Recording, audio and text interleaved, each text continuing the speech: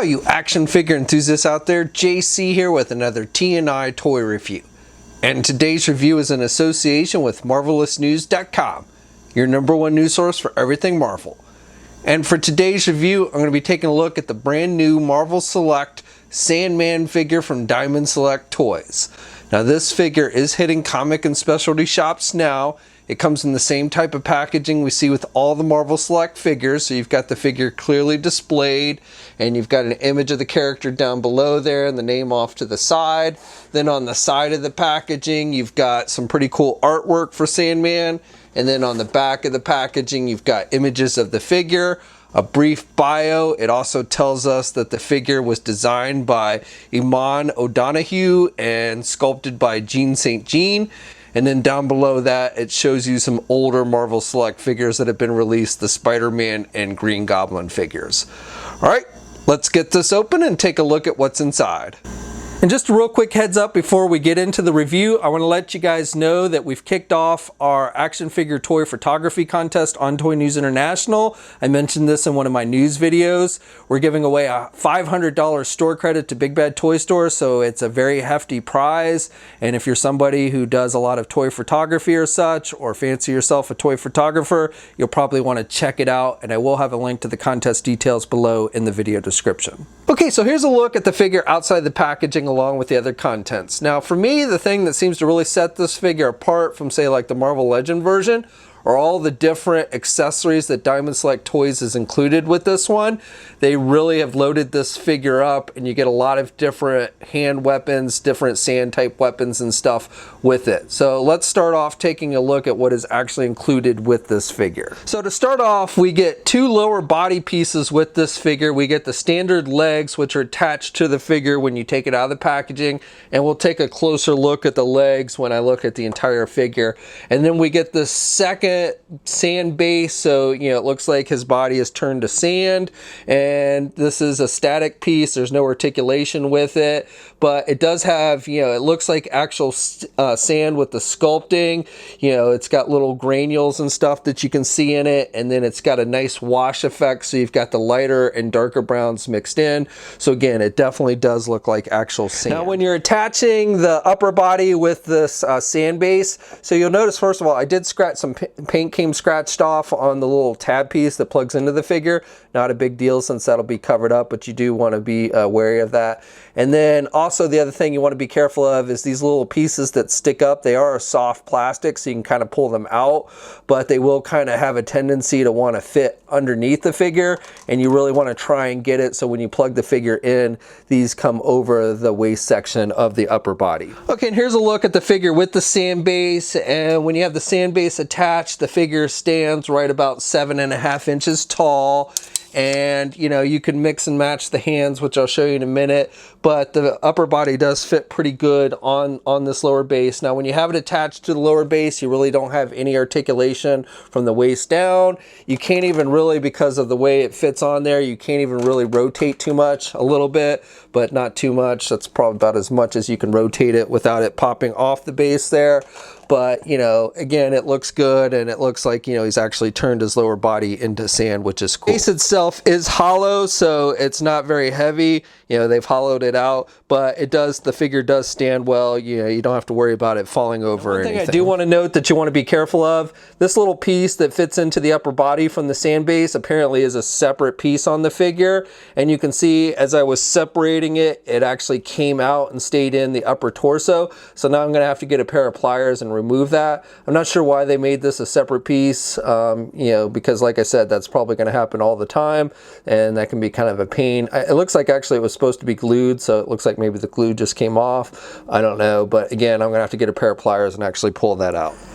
They've included a figure stand that on the top here looks like sand, like with the rest of the figure. So you've got the lighter and darker browns. You've got that kind of grainy sculpting texture on the top. You've got some sand coming off on the side of the base.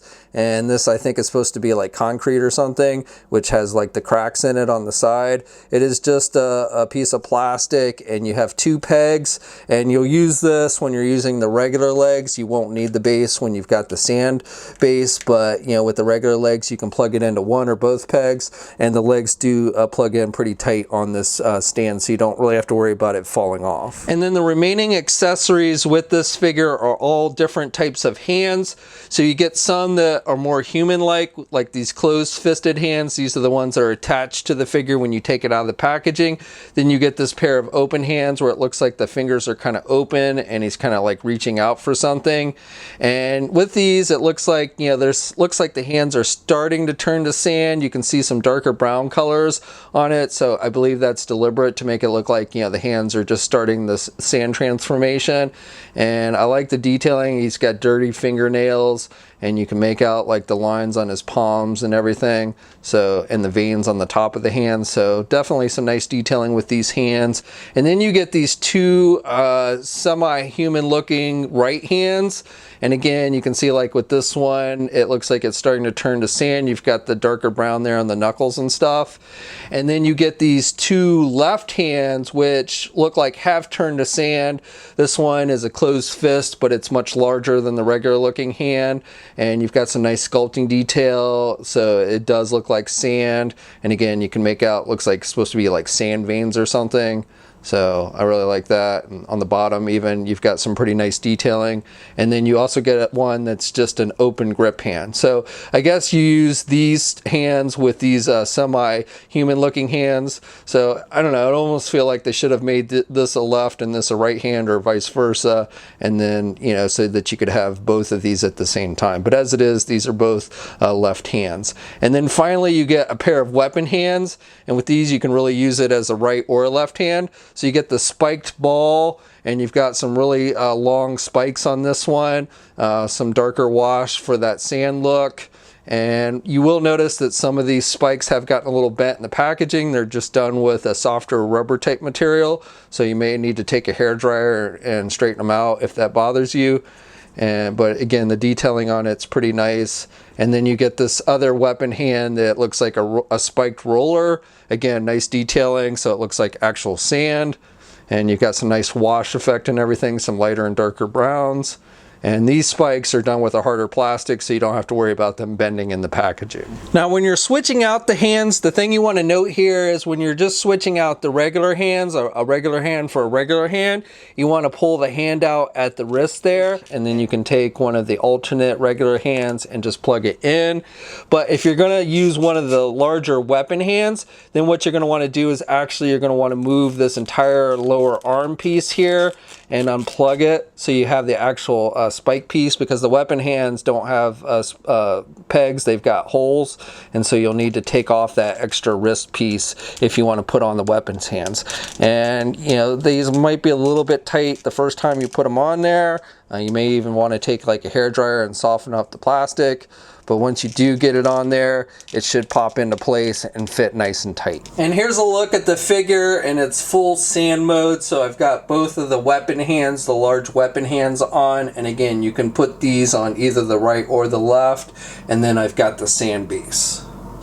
Now, if you're wondering if you can use like the base of this Marvel Select figure with your Marvel Legends Sandman, the Build-A-Figure, the answer is technically no. The peg, the hole on the upper body of the Marvel Legend figure is much smaller than the peg on this one. Now you can remove the peg and you can kind of sit it on there if you want to.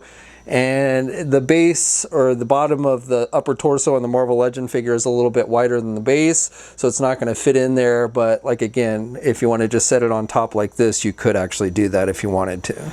Now for the figure itself, starting with the head sculpt, I think they've done a good job here capturing the look of the character from the comics. He's got that Sandman hairstyle with the lines sculpted in it all the way throughout. And you've got the lighter and darker brown wash effect, which looks good. The face overall is nicely done. He's kind of squinting his eyes a little bit, so he's got the wrinkles on the forehead, and he's got the dark eyebrows. And you can see there are some portions on the face, like here on the right of his nose, that looks like it's starting to turn to sand, and there on his chin. So that's kind of a cool effect. And you've got like a wash here on the lower neck. So again, it looks like it's starting to turn to sand. And you can see like the veins on his neck, which is pretty good. Now the shirt is done with just the light and dark green stripes. and that looks comic book accurate, but it's very clean looking, you know, with like the face starting to turn to sand. You know, maybe they could have added some sand on the shirt, I don't know, but still overall it looks pretty good. And then he's got the sleeves kind of rolled up. I will say that like the arm, the exposed arm here, and again it looks like he's got some portions that are starting to turn to sand there, but it's a little bit lighter. The skin tone is a little bit lighter shade than the hands themselves. Not a big deal, but when you get it in the light, you know, that sticks out a little bit to me. And then he's got the brown belt with the silver belt buckle. And he's wearing the jeans. Again, the jeans have no indication of turning to sand. They're very clean looking. So again, you might have added a little bit of sand there. And then he's got the brown shoes. Nice sculpting detail with those. You've got the laces and everything. So I think they've done a pretty good job with that. Now, like when you have the sand base attached to the upper torso, with the legs, the figure stands just about 7.5 inches tall. So he's not really any taller with the legs or the sand base. He's the same height. Now here's a comparison with the recent Hasbro Marvel Legend Build-A-Figure Sandman, and you can see that these two are pretty close to the same height. In fact, the Marvel Legend one is actually a little bit taller because it's a Build-A-Figure. It's not just a standard 6-inch figure. So these two figures are pretty much in scale with one another. And I actually kind of like the look of the Marvel Select one. You know, I like the way the legs look a little better than on the Marvel Legend one. I do like the way, you know, the arms look, the sand arms look a little bit better than with the Marvel Select one. So it's kind of a toss-up, but if you want to, you know, this could be your regular Sandman, and then this could be one of your alternate forms of Sandman, you know, if you wanted to use both of them. They do have different color shoes, and the pants are a little bit different color, and this one is a wider, you know, his torso section is much more buff looking than the Marvel Select version. Now, I don't have any other Spider-Man Sinister Six villains in the Marvel Select line, from the Marvel Select line, but here are the Marvel Legend versions of the Sinister Six. And again, because the Sandman, you know, is a bit of a taller character, even though this is a 7-inch scale figure, I think it would actually work with your Marvel Legend figures. Now the Vulture here, that's the older Toy Biz one, because that newer Hasbro one is yet to be released. And again, I don't have any modern Marvel Select Spider-Man figures, but here is a comparison with one of the recent Marvel Legends Spider-Man figures. And again, I think the scale between these two actually works pretty good. So for articulation, you can turn the head to the left and to the right. He really doesn't have much in the way of up and down movement though, nor do you get a whole lot in the way of head pivot with this one. With the arms, you can get the arm out good, and you've got good rotation there at the shoulder. You get the bicep swivel. You only get a single hinged elbow with these, and then you do get rotation if you have the regular hands. You do get rotation here at the lower arm, and then you also get rotation with the wrist itself. With the regular hands, you do have hinges, so you get up and down movement. And then you do have a midsection joint. However, there's not much, you know, you don't really get any ab crunch with this one, so you can't crunch forward or back there. You get a little bit of rotation there, but honestly, that joint doesn't seem to have a whole lot of movement.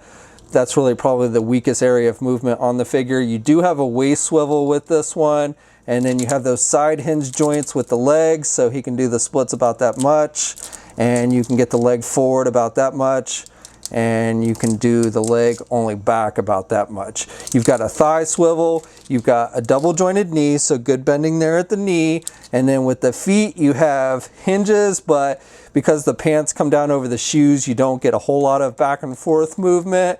You do get rotation with the feet, but you don't really have much in the way of ankle pivot, and you do have two peg holes on the bottom of the feet. Okay, so that's my review. So overall, I think this is a pretty good figure. I like the overall look of the figure. I like all the accessories that you get. The articulation is not bad, but probably not quite as good as the Marvel Legend version. The thing I like most about this figure is, even if you don't collect a lot of the Marvel Select figures, the larger scale figures, this character, this particular figure, I think will actually work well with your 6-inch Marvel Legends. So, you know, if you just want an alternate version of Sandman, one with the less sand look to it, or you don't have the Build-A-Figure Sandman or what have you, I think this figure will actually work with your other Marvel Legends. collections. And of course, if you do collect Marvel Select figures, then that's just an additional reason to want to pick this one up. Now this figure, as I mentioned before, is starting to hit comic and specialty shops. We'll have a full image gallery up at marvelousnews.com. There'll be a link in the video description below. As always, leave a comment, let me know what you think. If you're so inclined, like the video, subscribe to the channel, and hit that bell notification so you're alerted every time I upload a new video. And of course, you can also follow me on my Facebook, Twitter, and Instagram accounts. I have links to all those in the video description as well. And until next time, guys, I'll catch you later.